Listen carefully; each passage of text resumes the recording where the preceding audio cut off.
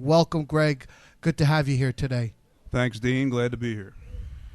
Let's get right into it because you have a very disruptive technology that bridges the gap between what historically has been known as gambling and investing whenever you're making an investment. And I hearken to my horse trading days where I go out to Del Mar and I hear the classic Trevor Denman, you've got 10 minutes to get your investments right before the start of the race. So tell us a little bit about how you came to bridging the gap and the technology in and of itself. When you talk about investment, you talk about speculating, you talk about hedging, you talk about trading, you talk about whatever terms you want to use. It's just basically semantics. And there's for a long time been stigma attached to any type of sports speculation because it really hadn't matured to the point to where it is right now. There are a lot more asset classes, and securities that sound more like gambling to me than a sports speculation. At this point, we're very fluid to the point to where, together with Nevada SB 443 being passed into law in 2015, we are ready to make that jump with sports being a security. It's labeled now as a security by the legislature of Nevada. So I think it's about time we start treating it like that. Our global patent claims go back to January of 2010. So we were around for quite a while and doing research and development and building everything to be as top-notch and user-friendly as possible for everyone around the world in a universal context for any sport or asset class, kind of waiting for this legislature. So it just comports with what we've been saying and doing. So just to give the listeners an idea of what it looks like, you have a graphic user interface. They go to thewolfline.com. They subscribe. They become members. And what they will see is they will see a simple chart, although what's behind it is not so simple because it aggregates supply and demand in really peer-to-peer or exchange-type investments. I know that you've got some background on the Philadelphia Stock Exchange. You traded options. I've traded options. We understand that side. But to simplify for the audience, they're going to see a visual graph based on whatever opportunity exists, whether it's cricket, baseball, football, basketball, soccer, you name it, tennis. You could even bring politics into it. But your graph gives a visual representation of supply-demand in its simplest form, and then some other analytical tools that come with it as well. Is that correct?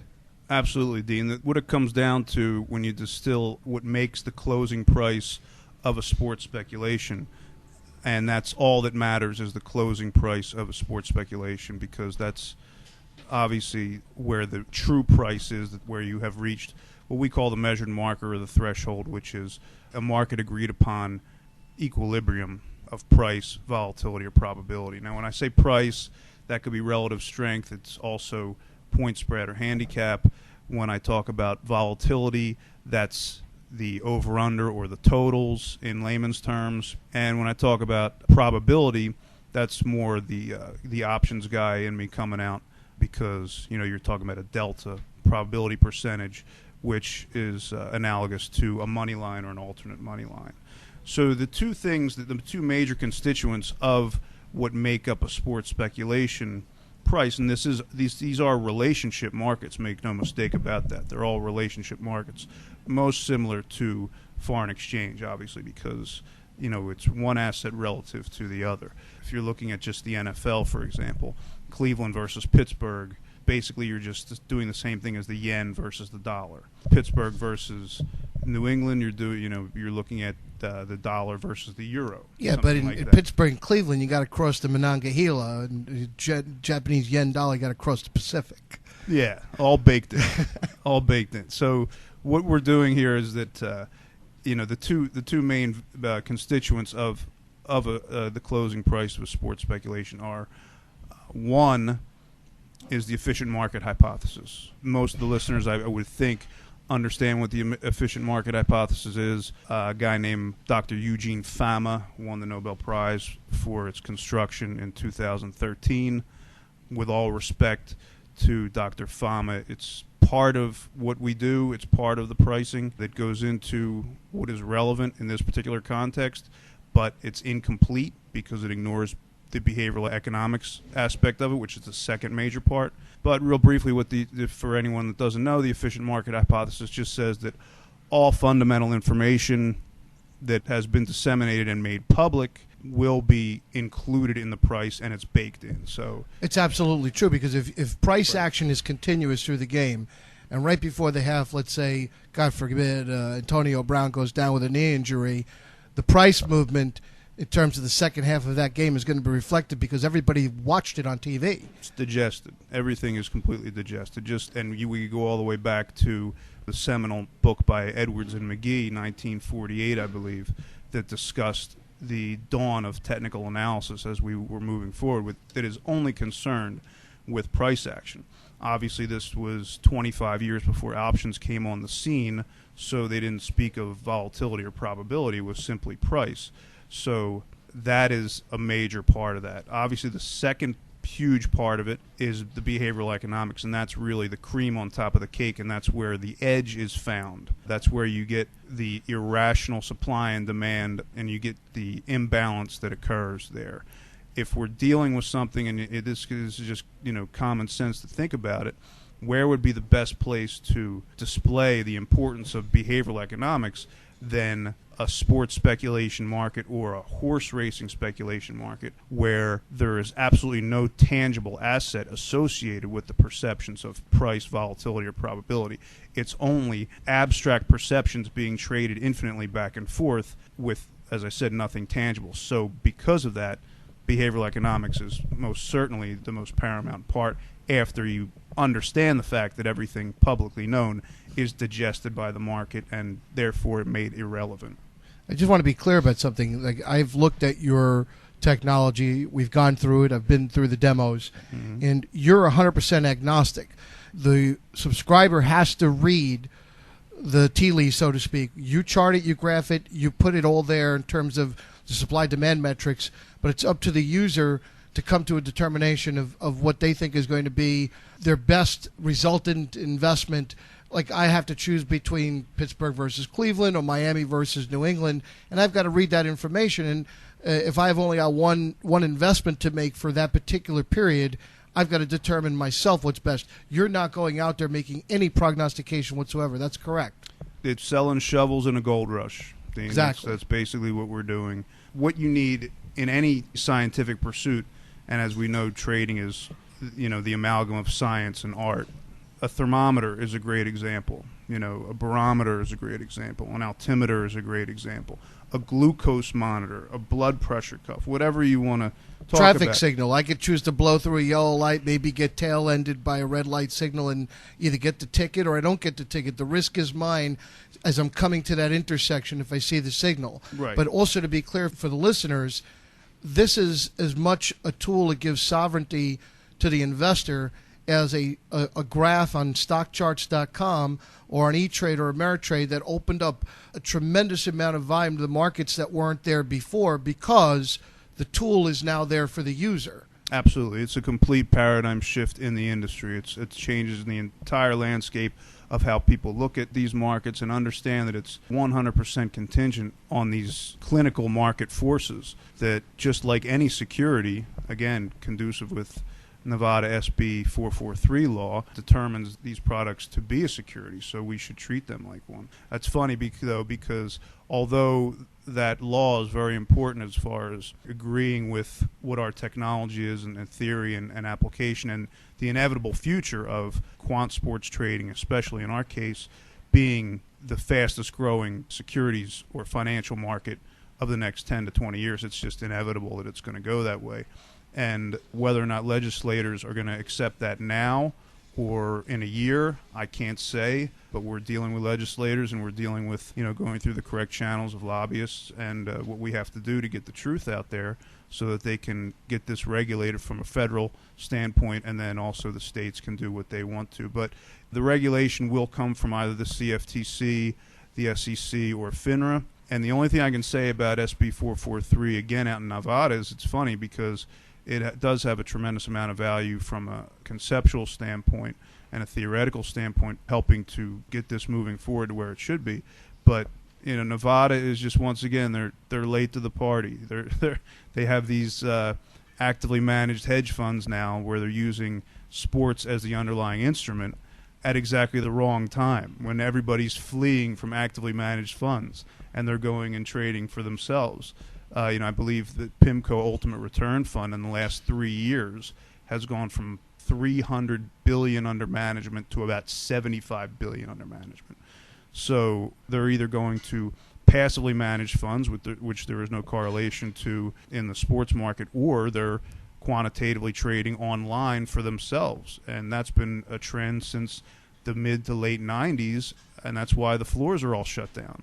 And what we do is we offer this completely new market, and we're catering to those people. So you just are going to go to whatever your particular brokerage is, and just as easily as you're going to have analytics for commodities and currencies and stocks and ETFs, you're going to have analytics from the Wolf line for sports speculations, and that includes fantasy for the people that have a proclivity for that. So depending on your jurisdiction, we also have a complete suite of paper trading and virtual currency that we call Wolf Bucks, which can be used in many different ways. Can be used to hone your skills in a marketplace that you're not, or an asset class that you're not familiar with.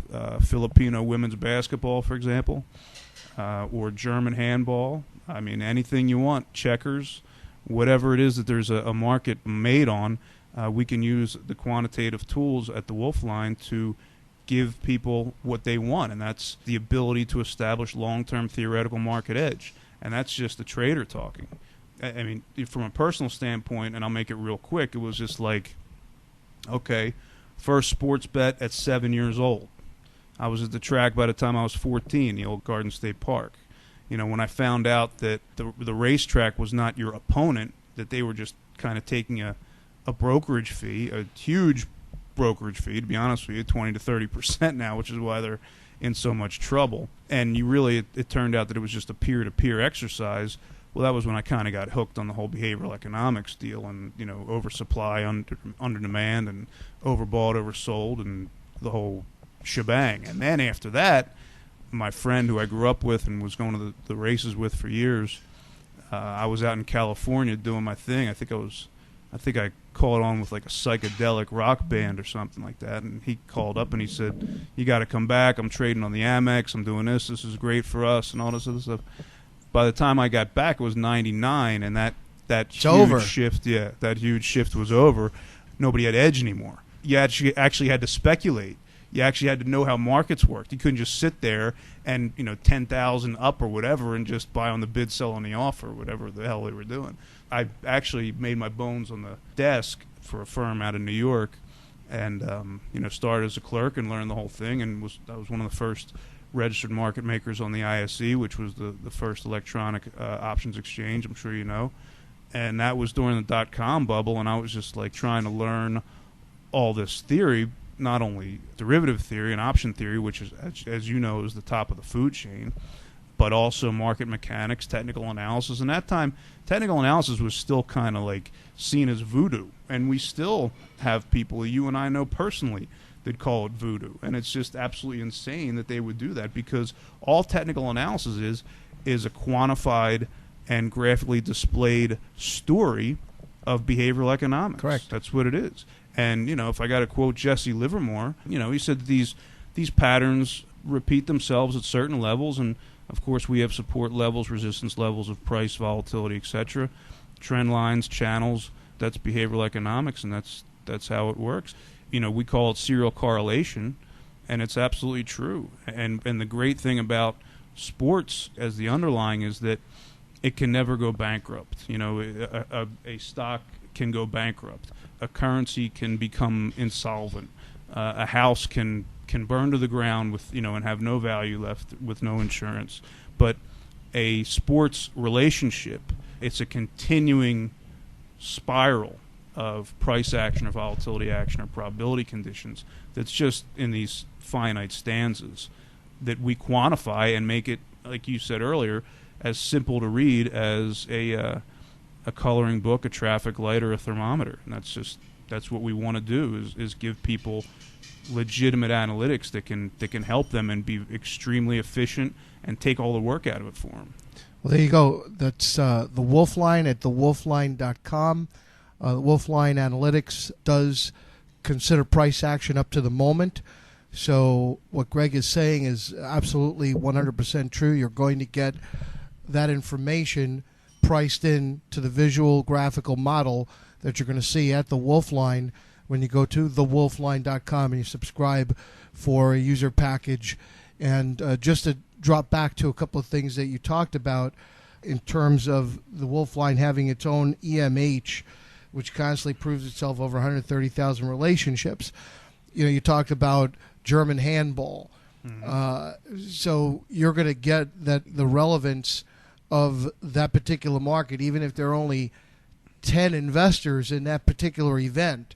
Germany versus England in handball, and there are only 10 investors. It's like being at a poker table with 10 hands, right? So you're going to have that visual back no matter what. If you had 100,000 people making investments on Pittsburgh versus Cleveland, the relevance in terms of the visual response of that behavioral side up to the moment is priced into that visual metrics. Absolutely. It's people will, the component there that you're talking about is liquidity, like always. Certain asset classes or certain issues have more liquidity, so this is where we get into kind of the physics of treasuries versus copper. Right. Whereas at one point copper was heavily traded in the 20s and 30s, industrial use, oil as well, and then treasuries became. Let's just use Apple Computer versus Clovis Pharmaceuticals, something like that. I mean, Apple is going to obviously, it's much harder to move Apple with the same force than it is Clovis Pharmaceuticals. So in that analogy,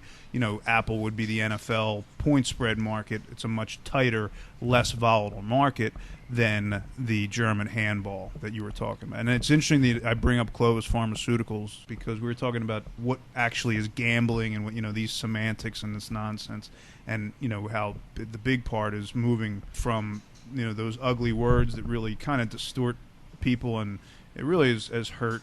And to be honest with you, when you look at PASPA and UIGEA and RAWA, which are the three, it's two federal laws and one bill that try to make it to where one state in this country, and we're an international company, we're patented all over the world. So the United States is not the be-all and end-all to us, but I just find the legislation very interesting and very hypocritical and very wrong, to be honest with you, from a constitutional standpoint.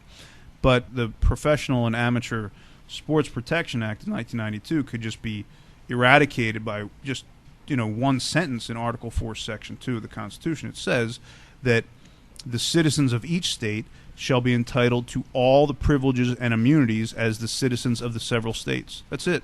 That's all.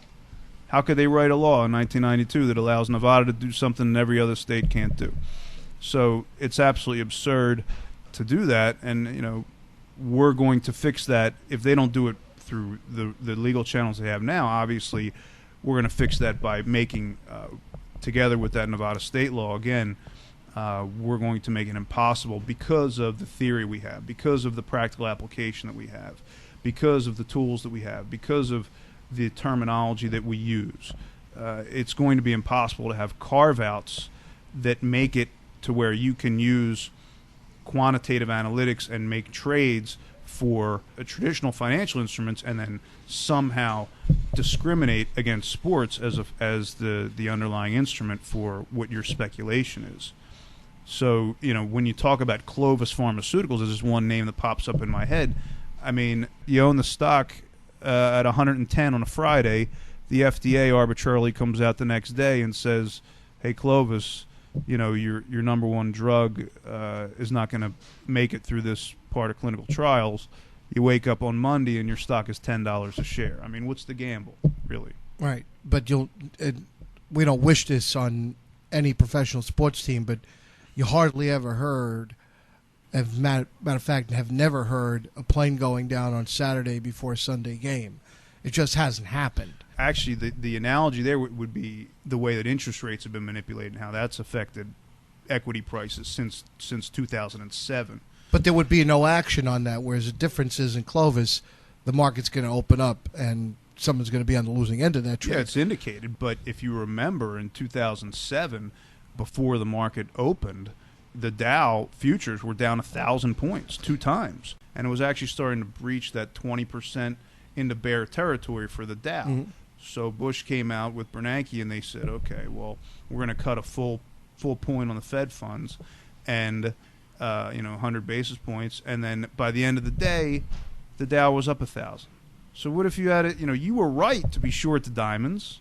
You were absolutely right, but he comes in before the bell and does that, and he just blows up your short position. Look at that would be like Roger Goodell coming in in the third quarter and saying, you got the Patriots and saying, by the way, all the starters for the Patriots, you can't play anymore, and you're up 14, and you end up losing. You're still going to get price action there. That's how we measure buying pressure and selling pressure. We have a correction mode. We have a momentum mode. We have more liquid, less liquid. So you can customize everything. And then it gets disseminated out to standard deviations of the price action, the volatility action, just like everybody would expect when they're coming from traditional quant trading. And the reason why we put it into a graduated color format of alert significance is because we offer a full customized alert program to where you can enter in whatever pattern you want and back test it yourself, and then you get emails right to your email box for any sport or whatever it is, and there's a tremendous amount of choices there as far as the customization. It comes right to your email box, your SMS, whatever you want. Let's talk about some examples like stuff against the spread. We don't talk enough about the tools, and again, this is radio, so it's hard to visualize it, but listeners should try to visualize. Yeah, so there is a reasoning behind the wolfline.com being the name of the product and the platform and the website and the business. Actually, Icarus Heigl Analytics is the parent company.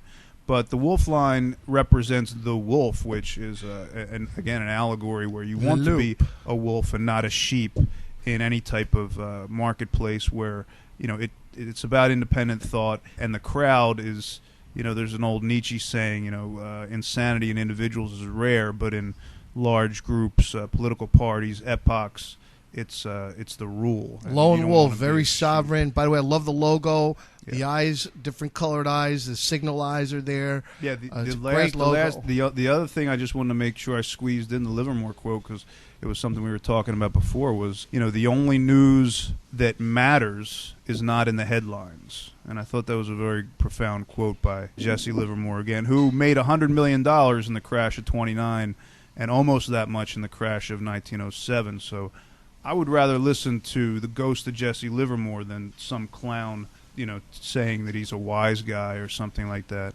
Talk about the Wolf Bucks a little bit. So users out there, you subscribe to the wolfline.com. You go and use the tools that are associated with the Wolfline analytics, and you earn Wolf Bucks, right, by using it? Depending on your performance, you could lose Wolf Bucks. It depends on if you are speculating correctly or not. Okay, well, I don't want to confuse any listeners. This is completely agnostic, no prognostications, but you actually reward your users for being right, and that's how it works? Yeah, that's part of it. I mean, the better you learn to use the tools and profit from it, the better you earn in terms of Wolf Bucks. Well, Wolf Bucks are really tradable as, cross hybrids. Like I could take them into Nordstrom Rack or... Right, depending upon the agreements that we have with different businesses, whatever, correct. You can use them to get 20% off your bill. It's an electronic currency, whatever. like much anything else. It's another virtual currency. A rewards card. Sure. You get rewarded for your performance. Because we've distilled everything down to dynamically adjusting risk variables, which are quantified calculations, and then from there collate that into the color alert with the patterns and everything, and that's universal over cultures and languages and everything else. You might not be so comfortable if you're from the Philippines or from Singapore or Russia, and you're trying to enter into the NFL. So you might want to use that as training wheels for you. So Wolf Bucks are like training wheels when you're going into another particular marketplace where you don't know whether it's more liquid, less liquid, how it behaves. So then from there, it's up to you to do your own back testing, to do your own pattern recognition, and then you customize it from there. And that's where another great advantage of having the Wolf Bucks. And virtual currency is very important. And again, we have every feature that people would be expecting if they're coming over from these traditional analytics sites where you might be paying anywhere from $300 to $4,000 a month for their service. I mean, again, I don't want to mention any names, but there's one particular service, some people might call it a terminal, that charges about $4,000 a month to have access to.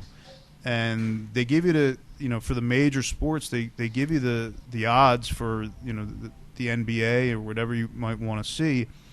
And then they have the audacity to give you the gold sheet, for God's sakes. The gold sheet. That's like that's like going back to That's like going back to when they used to write the quotes on OTC bulletin board markets in the '60s with chalkboard. Yeah, with a chalkboard. Yeah, exactly. That's what that's like. That's how insulting that is. So I mean, I've even whether or not that company will license the Wolfline technology is pretty much a no-brainer to me.